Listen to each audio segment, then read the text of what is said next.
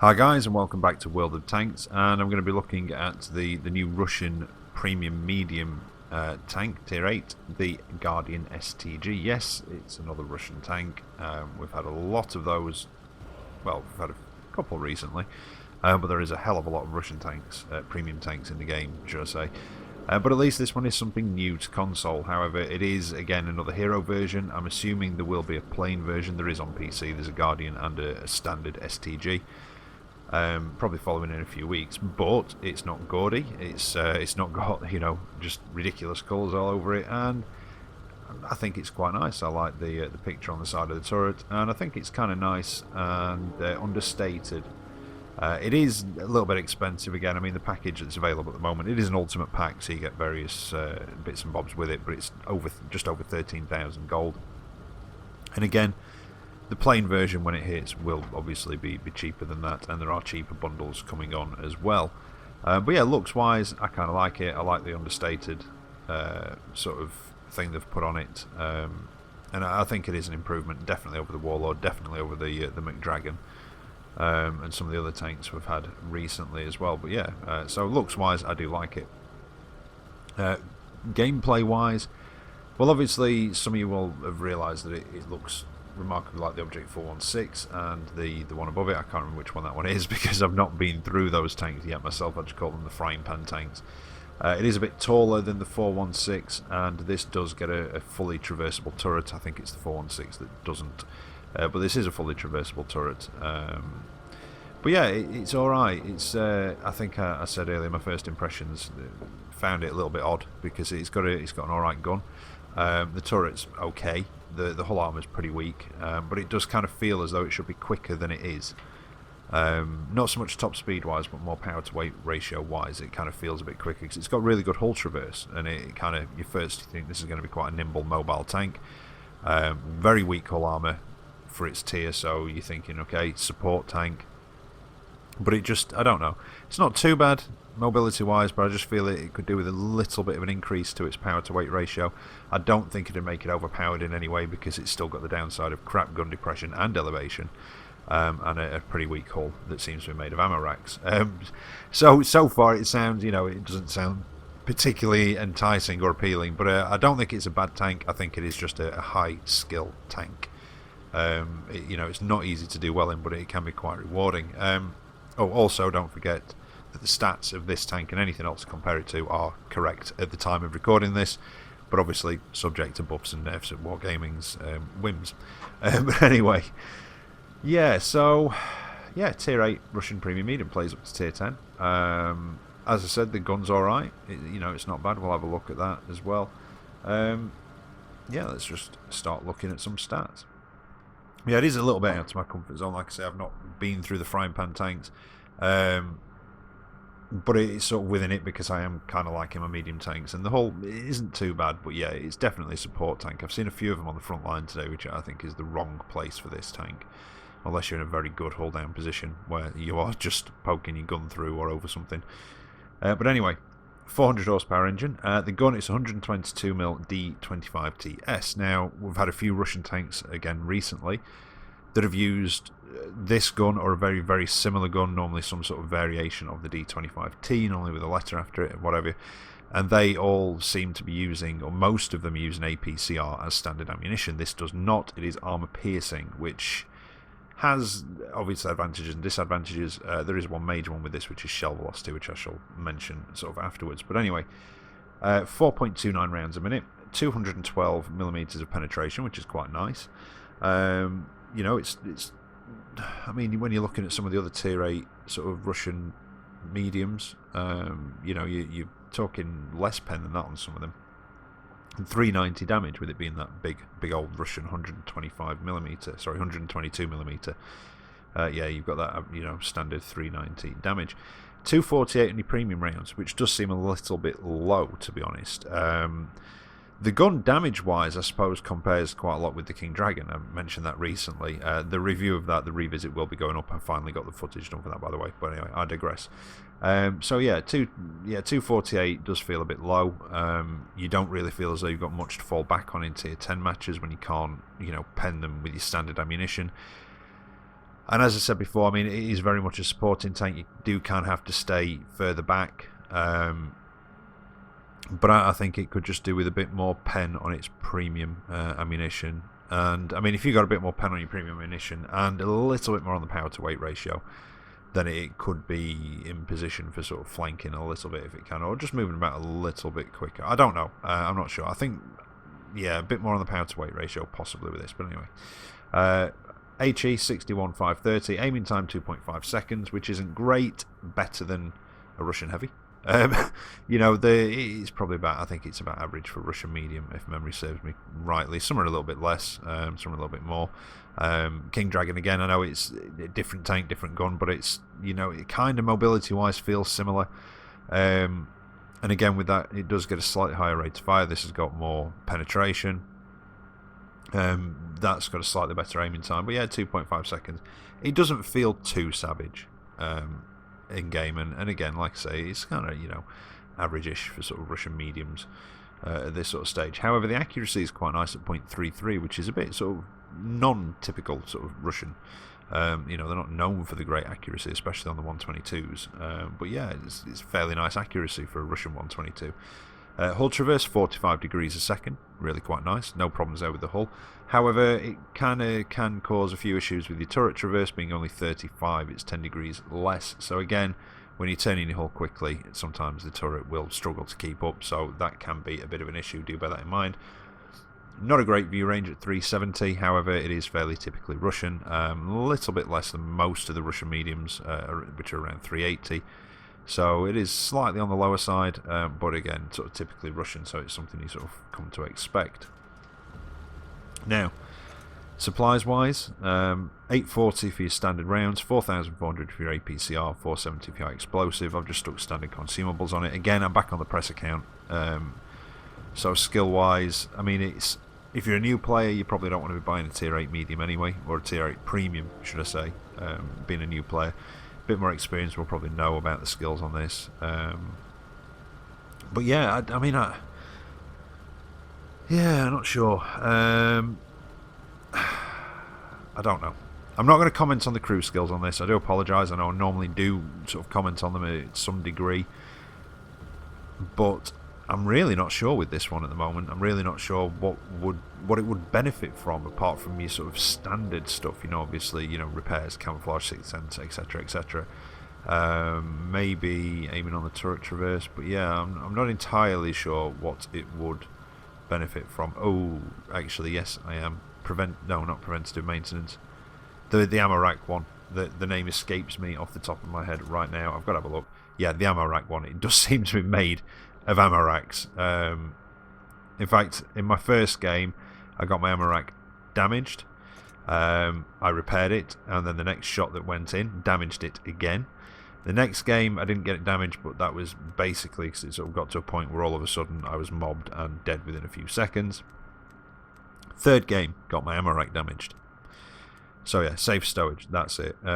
So yeah, it does kind of, and it seems to be, if you get hit anywhere from about halfway back, anywhere on the tank from about halfway back, it seems to damage your ammo rack, so do bear that in mind. Equipment wise, I've just gone for a vertical stabilizer, gun rammer and coated optics, which is a pretty standard medium tank setup for myself. Arguments maybe with how the tank has to be played, you might be better with a gun lane drive, but I don't know. I'd probably still go with a vertical stabilizer, which obviously increases during turret rotation, I think it is. So yeah, that's probably down to personal preference at the end of the day, but that's my setup, and I probably can't think of anything better to put on it than that. So yeah, let's have a think. So we've covered equipment, we've covered the gun and everything else. Let's have a look at the stats. So 400 horsepower engine, takes up most of the front of the tank. Oh yeah, preventative maintenance. I've also been set on fire a couple of times in this. Yeah, in at least 2 matches that I've played today, I've been set on fire. So again, do bear that in mind. And as I said before, it's not a frontline tank. It's very much a supporting tank. I mean, even in the description on the website, it says that it's one that stays at the outskirts of the battle. I wouldn't say, you know, stay at the outskirts, but definitely a second line sort of support tank, or I don't know. I wouldn't say rear line sniper, but yeah, very, very difficult to work on the front line, so I really wouldn't attempt it. So yeah, big old engine there. As I said before, I have been set on fire a couple of times in this, so preventative maintenance will be a good one. That power to weight ratio, 14.29, that's what your 400 horsepower gets you. I personally would like to see this have its power to weight ratio increased to possibly about 17 horsepower per ton, maybe 1750. I think that would make it fairly epic, but not overpowered. If you see what I mean. No, I say fairly epic. I just feel that like I say, with the whole traverse and other various other things, it kind of feels as though it should be a bit quicker, you know, with the poorer armour and what have you. And I think that if it did have a slightly higher power to weight ratio, it would be balanced out with its poor armour and its sort of crappy gun depression and elevation. But yeah, I would like to see a bit of an increase to its power to weight ratio, possibly. But yeah, you do have a 12% chance of fire, which is pretty damn low, to be honest, for the game. I can't think of anything lower than that in game off the top of my head. But yeah, I have been set on fire twice, regardless of that. Gun wise, well, your reload time is 14 seconds. Accuracy at 100 meters, 0.33, which again is very nice for a Russian 122. 0.55 on moving, 0.92 on rotating the turret. Elevation of only 17 degrees, which, as I said before, isn't great, and a gun depression of only -6, which is better than a few tanks in here. Chinese tanks, I'm looking sort of at you, but it's still not particularly good. Ground resistances, and don't forget your tracks do act as spaced armor, although there are quite a few gaps in this, but your terrain resistances aren't too bad at 0.7, 0.8 and 1.6, so that does kind of help with your mobility slightly, and it's not too bad once it gets up to speed. It just seems to take a little bit to get up to speed, and hills, you know, like it just seems to struggle a little bit sometimes going up hills, slows down a bit more than you actually want it to. Turret on top. Radio is on the left hand side of the turret. Ammunition blocks, as you can see, fill most of the turret. You've got one there on its own on the front left, a massive one that sort of takes up about about half of the back of the turret, sort of slightly offset on one side, but it does extend down into the hull. And as I said, seemingly, if you seem to get hit anywhere from sort of halfway down the tank and behind it, it just seems to damage your ammo rack. So yeah, just bear that in mind. Concealment isn't too bad. It's not as low as it seems, this tank. The 416 is a lot lower, so it's not bad, the concealment, but again, it's about average for a Russian medium. 0.33 stationary, 0.25 on the move. Crew members, they're all sat up in the turret. You've got, well, you've got the... who's who there? Is that not the commander's hatch? Is that the driver's hatch? Right, okay. I actually thought that hatch at the front was the commander's hatch, but it looks like it could be the driver's hatch.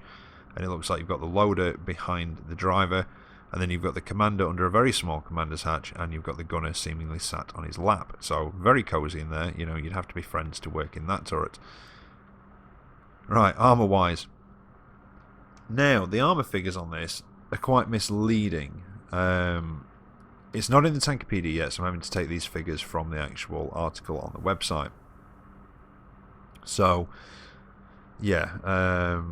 Oh, something else about this as well. It only has a capacity of 35 rounds. Now, bear in mind that the King Dragon had its ammo capacity up to 50 rounds and has only a very slightly more rate of fire, but it does the same damage and what have you. I think that could possibly... I don't know if it'll be an issue as such, but I would like to see a few more rounds on it as well. I've not run out yet, but I think I would like to see a few more rounds on this. Just considering that that has 50 and this only has 35, you know, things like the Motherland, I know it does less damage, but you know, that's got quite a few rounds. But yeah, possibly a few more rounds on this. But anyway, back to armour. So I'm a bit all over the place today, aren't I? Right, so basic figures, 100mm on the front of the hull, which isn't great. I mean, I know that the Type 59 only has 100, but it's much better angle than that. 45 on the sides, 45 on the rear, and the turret, it says 210 on the front, 180 on the sides, 45 on the rear, but that 210 is incredibly misleading. We'll have a look at that, well, as we get to it. Now, oh, shell velocity. I told you I'm all over the place today. Something I meant to mention. Yeah, only 880 meters a second on your AP. Not great. There's not much that's worse than that I can think of at this sort of tier. So yeah, not great. And only 1,000 meters on your APCR as well. Which again, considering some APCR, and this is like, you know, stuff that uses APCR standard can be like 1,400 meters a second. 1,000 meters a second is not great, really, for your APCR. So again, do take that into account, you know, when you're leading a target. So figures, as we said before, 100 mil on the front. Yeah, it's not quite. Well, it is and it isn't. But anyway, 1 to 21. You've got the top of the turret at the back, top of the driver's hatch, as it turns out, and a few other bits on the turret. Not the top deck, or the top deck. Yes, the top deck as well, and the tracks. 21 to 30. Well, 21 to 31. The rear of the tank, upper and lower glacis-ish, although it's a bit of a weird shape at the back of the tank, and really almost does look as though the turret's on backwards. You've got a strip around the back of the turret, which unfortunately covers most of your ammo rack, which is not nice. And then a few other bits and patches on the actual turret itself. And you can see there at the front of the tank, you've got your sloped upper glacis at the front, and then you've got that angled bit there, which is marked up. Now, I had a look at this on Tanks GG. That part there, which is highlighted at the front, just where the sort of upper deck, it sort of slopes down to then join the upper glacis, is 30 millimeters. Alright, 30 millimeters thick according to Tanks GG. That's physical thickness. But it's angled at 76 point something millimeters, which is classed as an auto bounce, right? You know, because of it being 76 millimeters. But that was from a 90 mil that I was looking at it from. Now, in theory, if that's 30 millimeters, if you've got a 100 mil gun, which a lot of stuff does, it's sort of tier 8 and above, you know, this has got a 122. If you've got a 100 mil gun and you hit that patch, then it should overmatch it and penetrate. Basically, you know, it negates the sort of angle of the armor. So again, if this is hull down and all you can see is the turret and you're struggling to pen the turret because they keep wiggling it, whatever, or, you know, for whatever reason, and you can hit that strip, but there are much easier places to hit and pen this anyway, it will probably overmatch it. So, you know, do bear that in mind. 31 to 50, well, that's the sides of your tanks, upper and lower. The tracks, you know, they are fairly wide on this. You can not really side scraping this. I'm going to say you can at a push. And it is a real push. You've got to have a very extreme angle on it because the side armor is not great. And again, you don't really want to get yourself in a position where you're going to have to be side scraping against stuff. If you've got to be close up, you've got to try and get yourself hull down or try and outmaneuver. It's quite good against going up against Japanese. Quite good at going up against, when I can get my words out, Japanese soup heavies, because it's quite low and they can't get the gun down to you, which I experienced earlier, which was quite funny. Anyway, you've got some more patches on your turret, another strip around the back there, and a bit more of the back of the hull. 51 to 71, well, it's just patchwork. This turret is a patchwork all over, varying different thicknesses as it comes forwards. 71 to 90, some small bits on the hull, lower glacis, which I think I remember on Tanks GD was about 74 mil physical thickness, something like that. 91 to 120, well, that's your 100 millimeters on the front. Now, that sloped bit directly from the front, I think, equates to about 134 millimeters, roughly. So yeah, really not very good hull armor. There's not much that won't get through that that you'll come up against. Maybe some of the lower tiers, tier 6s, but most of the stuff you come up against will probably be able to pen your hull from the front. And even if you try and angle it, it just flattens out those sort of shoulder parts of the turret of the hull there, and they just become like easy targets to pen as well because they're only sort of physical thickness of 100 millimeters. And again, you've got the bits on the turret, and this is where the turret kind of catches you out a bit because it says 210. Technically, it is, but yeah, it's virtually sort of well, it is just negligible.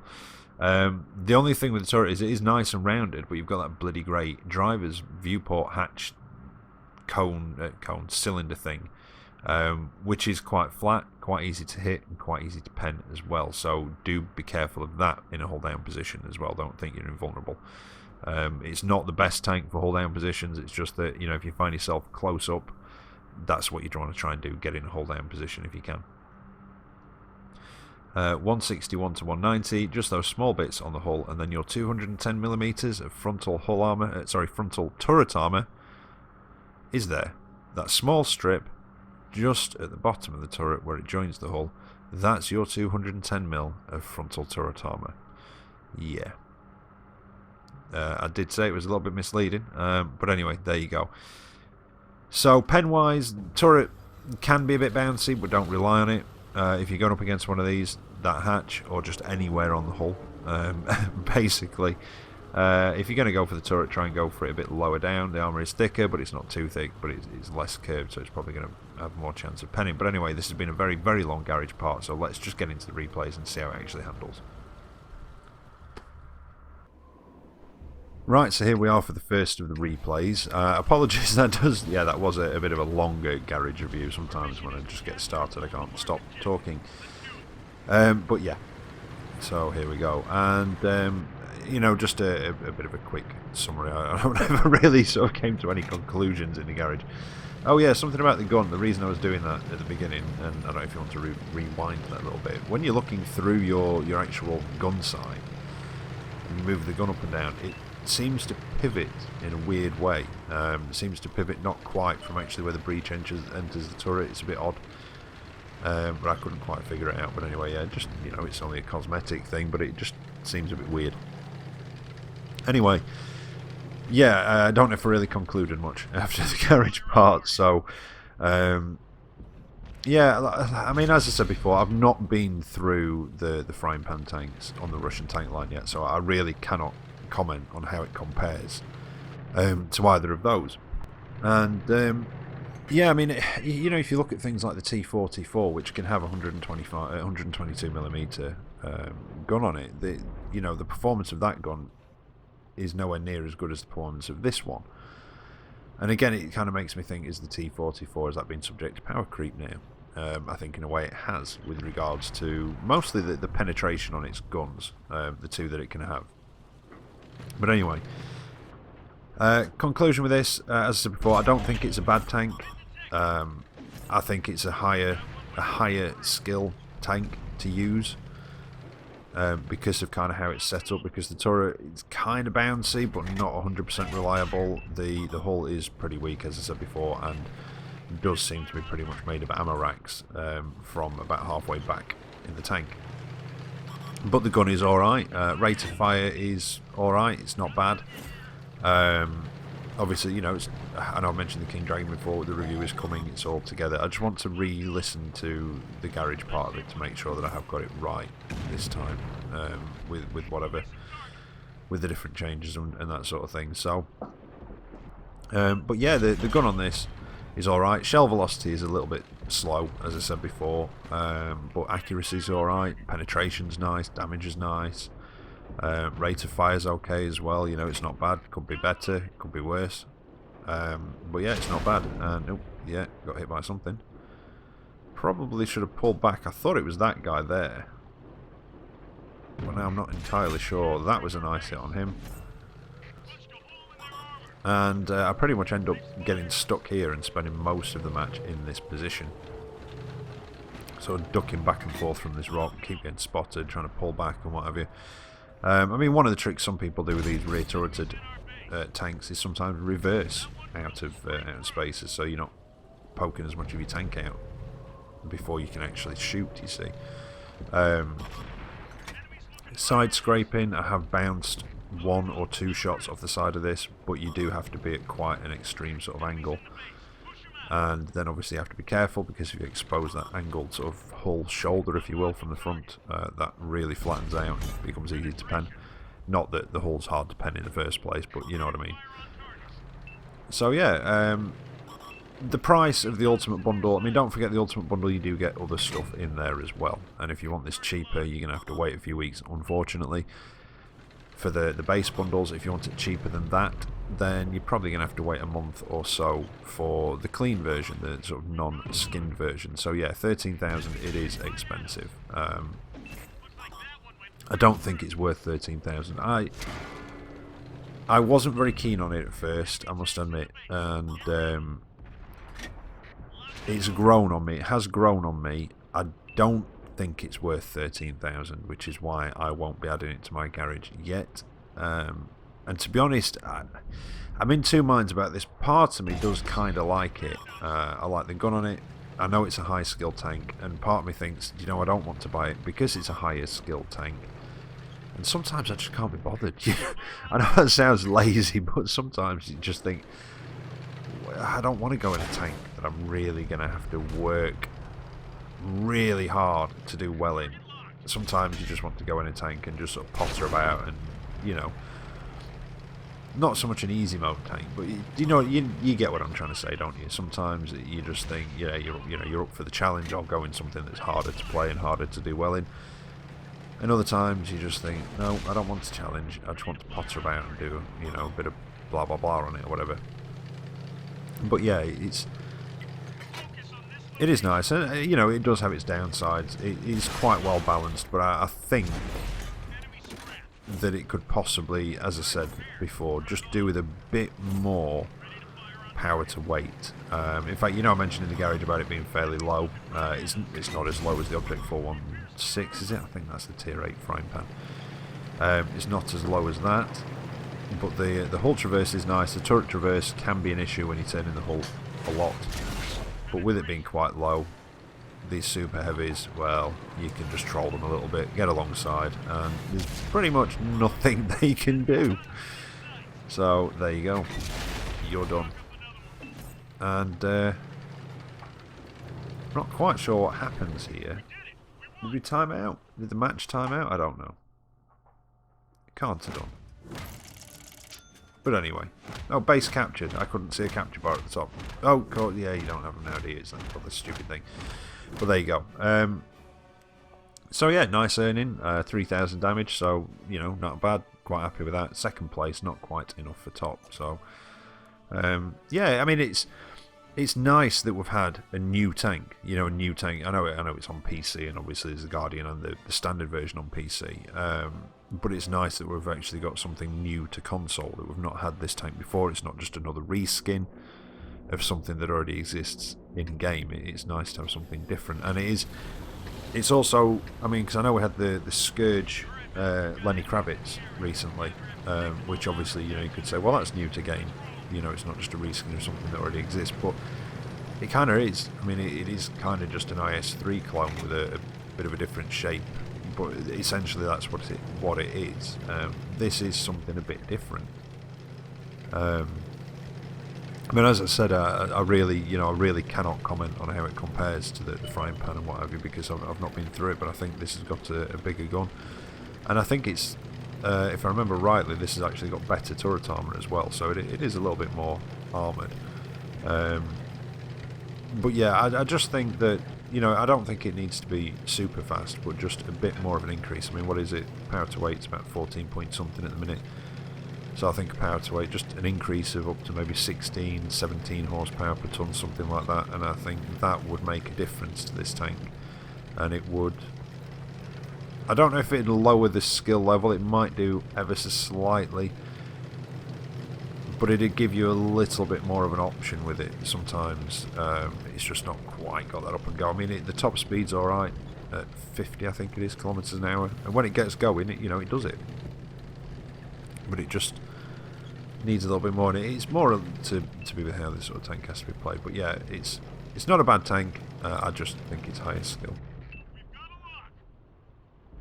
and the accuracy of the gun, you know, there are more accurate guns, but at .33 it's quite nice, and as I said before, it's very nice for a Russian 122. They are not, you know, the Russian 122s are not known for their, you know, great accuracy, are they really? So it is nice to have that on this gun. Oh, just misjudged that one slightly. But I mean, this is kind of how I've had more success playing this. Like, as I said in the garage bit, I have seen a few of these in game, which is nice, because recently, with some of the tanks that have been coming out, I've been reviewing them and I've not come across any in game as I've been doing the footage. The Warlord Panther, I think I only saw one other Warlord Panther in game while I was getting the footage for that. The Scourge, I don't think I saw any of them in game while I was getting the footage for that. This I have seen in game while I've been getting the footage, so it looks like it's one that people have been waiting for, or it might just be the fact that it's something new and people have been so desperate for a new tank recently and just been getting reskin after reskin that they've just jumped at the first one that's come along. And to be honest, they could have made a worse choice. You know, you know, they could have made a worse choice. So it's not a bad choice to go for. At least it's, you know, they could have some good games in this. But yeah, I have seen some on the front line, and it's not somewhere I'd recommend for you to be in this tank on the front line. As you can see there, I just managed to side scrape. I think he clipped my turret. He was possibly going for that driver's cupola cylinder type thing on the front of the turret.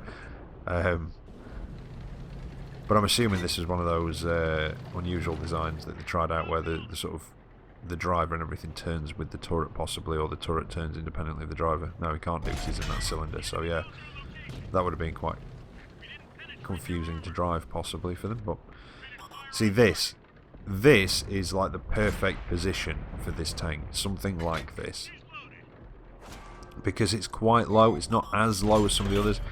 Yeah, I thought that angle was a bit sharp there. I know they've got very weak sides, but I'm going to see if I can get through it. With the T28 Prototype, the best place to go for is the flat part, the sort of turret cheeks either side of the gun. There is a small flat part if you can hit it, and that's probably one of the better places to go for frontally on one of those.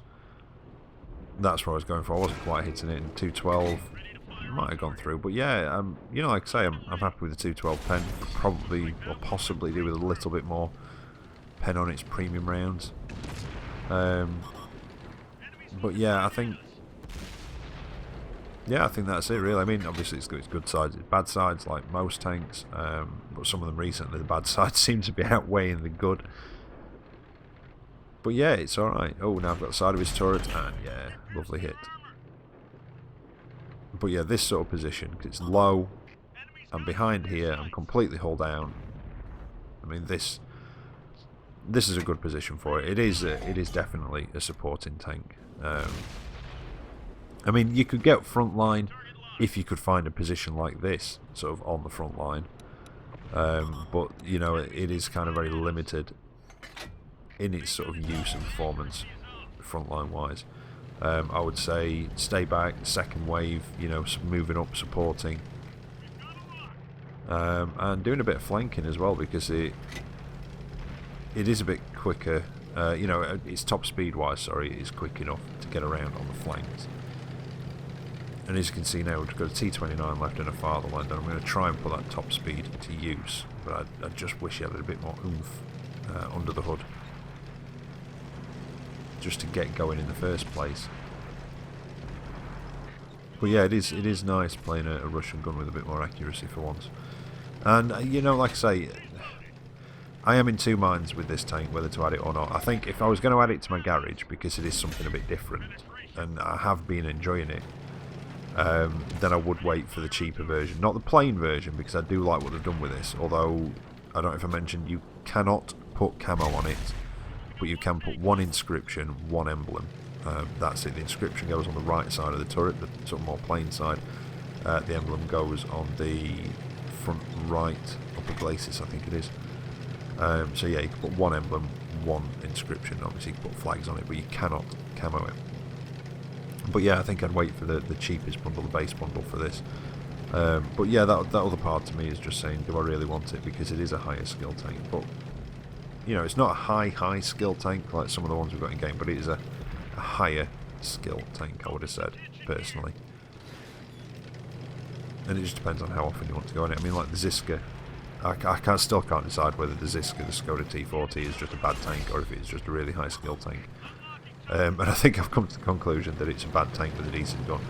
But yeah, some will disagree and say no, it's just high skill. But yeah, I kind of like this. It is nice that it's been something new, and I do like that gun on this medium, having that higher pen as well, because a lot of the time when you do get that 122, you're looking at maybe 175 pen or whatever.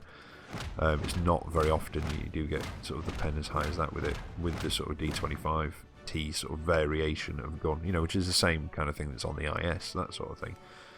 But again, not a bad game. Just under 3,000 damage. Didn't come top, but I'm not too fussed. As I said, it's a bit more higher skill, so you know, it did take a little bit of getting used to with that one. But just be very wary of your hull. Your hull can't bounce shit, basically, and I can't iterate enough how careful you've got to be with those ammo racks at the back. So yeah, safe stowage, possibly if it keeps happening, even wet ammo rack, and don't forget about the engine fires as well. So preventative maintenance on there, as soon as you can.